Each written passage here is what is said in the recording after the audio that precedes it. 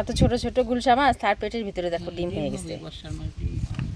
ছোট মাছের ডিম হইলে পরে না টেস্ট হয় বেশি। হ্যাঁ, কচু কাইটা দিব এবার ট্যাংরা মাছ দিয়ে রান্না করবে।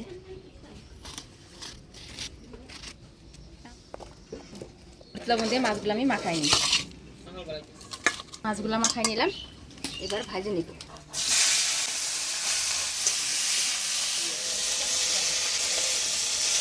গুলশা মাছটা ভেজে নিলাম, এবার নামিয়ে নেব।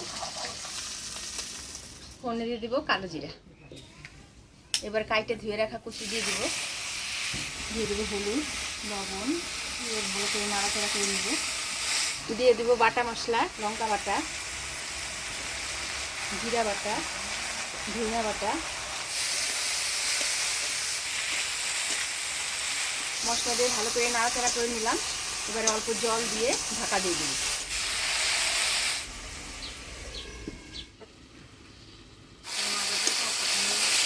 মশলা দিয়ে কচুটা ভালো করে ঢাকা দিয়ে কষিয়ে নিলাম, এবার ঝোল দিয়ে দেবো।